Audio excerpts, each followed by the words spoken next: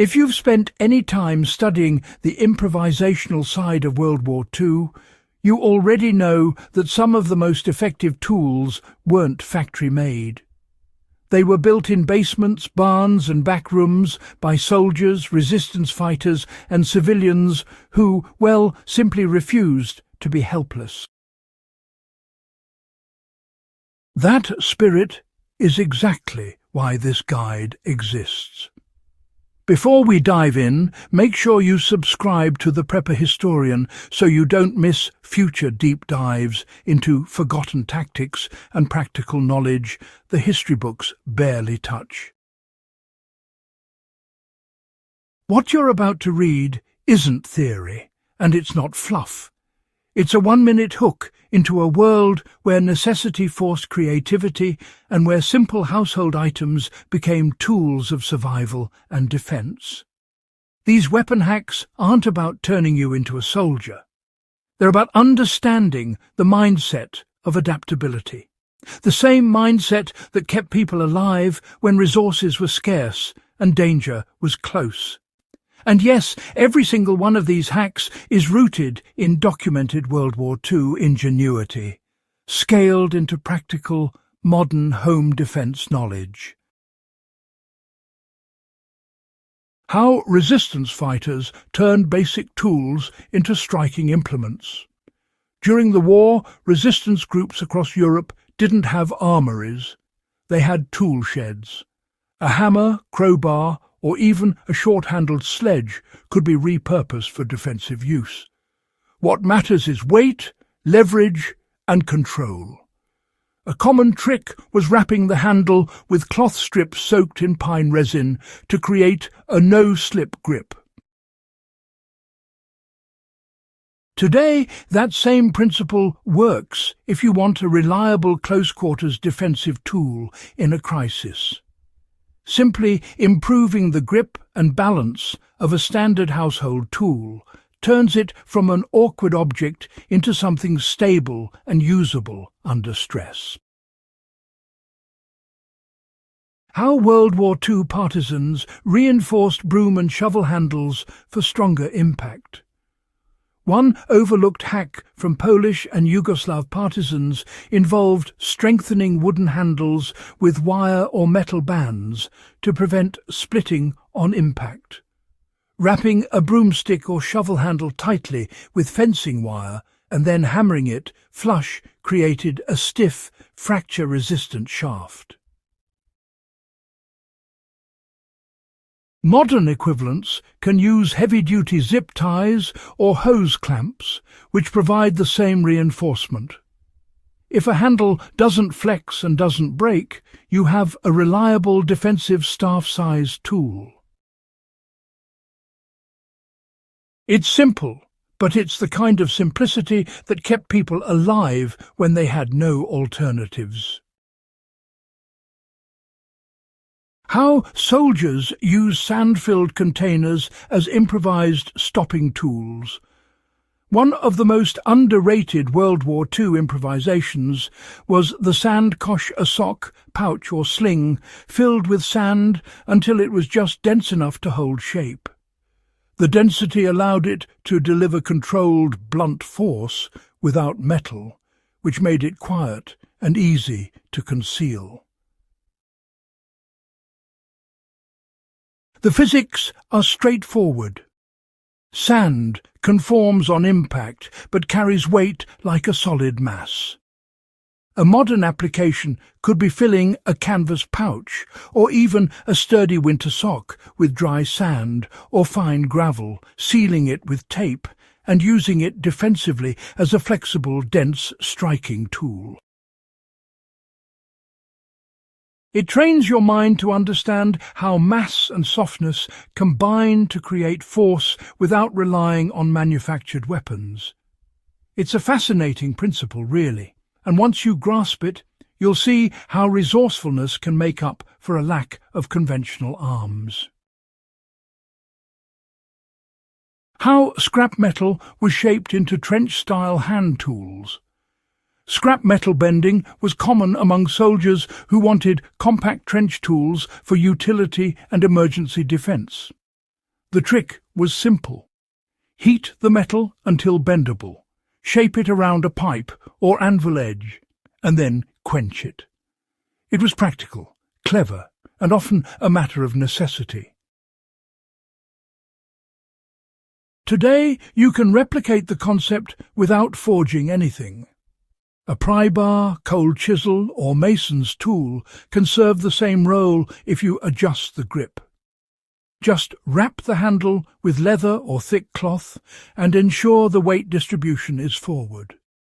It's a straightforward adaptation, really, and quite effective if you do it right. This gives you, a compact and durable tool that can handle prying, breaking, and even close-quarters defensive use. It's really taking inspiration from the multi-purpose implements that field units truly valued. Now, let's talk about how Molotov-style distraction devices were actually used safely and responsibly. While the Molotov cocktail is probably the most famous improvised weapon from the Second World War, most people honestly misunderstand its primary use. Quite often, it was a distraction, not purely destructive. Resistance groups would use small, low-volume liquid containers mixed with strong-smelling chemicals, and they'd cap them loosely so they'd burst with a loud pop or sharp odour when thrown. These weren't meant to be lethal. They were just designed to scatter attention, really. Translating that ethically and legally to modern home defence means focusing on deterrence. For example, you can store a small jar filled with vinegar and baking soda packets near an entry point. If you break it intentionally, it causes a burst of foam and sound. Non-lethal, safe, and meant for distraction, not harm. The idea is to control space, not escalate conflict. How barbed wire principles created simple entanglements. Barbed wire guarded everything in World War II, but resistance fighters also used stripped wire wound with nails or metal shards to create small entanglements at choke points. These weren't elaborate. They were meant to stall movement just long enough to react, In a modern setting, you can actually apply the same thinking safely by placing harmless but movement-interrupting obstacles near windows or entryways during emergencies. Something as simple as fishing line connected to aluminum cans. Well, it forces an intruder to slow down, make noise, and, importantly, reveal their movement. It's the same principle, really. Delay equals control. How boots and belts became multi-purpose defensive tools. Soldiers often reinforced bootlaces with thin wire and used belts with metal buckles as flexible control tools. So, in modern terms, this translates to maintaining, durable work boots with solid traction and also a heavy-duty belt that can double as a restraining or pulling tool during emergencies. These are dual-use items that don't really raise suspicion, but they can provide leverage if you ever need it.